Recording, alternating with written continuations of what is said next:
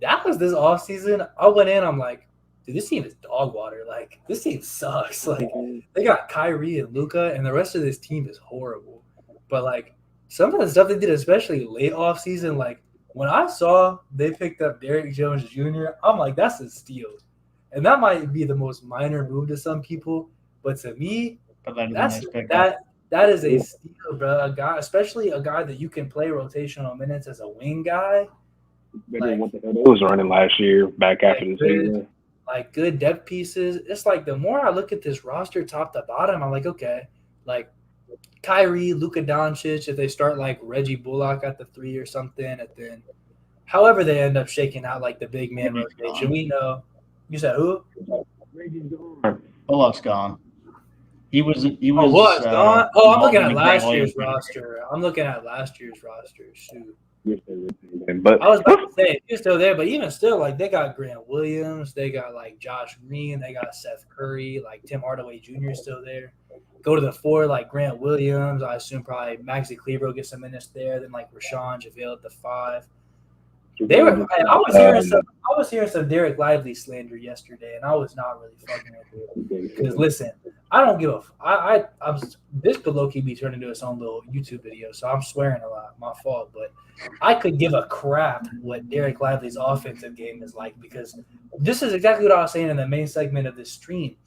When you got Kyrie out there, especially with Luka, that's your offense, bro. You just have a couple, like one or two other shooters on the court that you can pass to. Your offense is going to be just fine because those guys can just figure it out. If Derek Lively's out there and he ups your defense, he serves his role. He provides more than what he could even be asked to do on that team. If a big man comes in there and they up that defense, that's really all they needed. That was the main goal. So they're good, bro. They're good. I like the fact that they have a few like 2, 3, 4 good bigs they could for real play. Their guard rotation's obviously going to be set because it'll probably be Luka or Kyrie staggered most of the time, and that's automatically a good backcourt. And there's a solid wing rotation. I'm messing with Dallas, and I like it because last year I think we all had them predicted like the very bottom of the playoffs, like 8 seed type territory. So the fact that they're for real looking like a team that I could predict as like a top 5 seed and be looked at pretty normally is like kind of cool. I think top five's like, I think like 5 seed range is like a ceiling. That's if a lot goes right.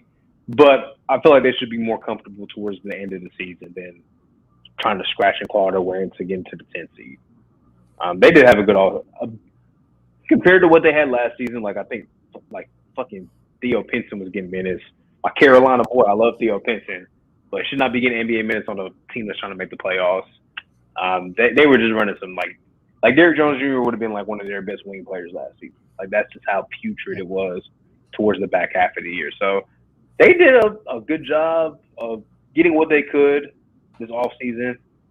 They should be better. They should be better in the full year of Kyrie and Luka. Hopefully, Luka doesn't have to miss as many games too. You know, we talked about that last week. That was kind of a big reason why they also fell off. As long as those guys are both available and the pieces that they brought in contribute and are just better than what they were running with towards the end of last season, they should 100% be a better team. Yeah, I mean, they'll definitely be better than how they ended last year. And they obviously see what they like, or they like what they see in Lively well enough to move off of McGee today. So they're obviously going with Holmes and Lively going forward, which, I mean, McGee, maybe he's a good backup center somewhere for someone, but man went from having one of the best backup center seasons in Phoenix to whatever last year was. So we'll see what happens with him. But like you guys said, like they have a lot better pieces compared to what they had last year.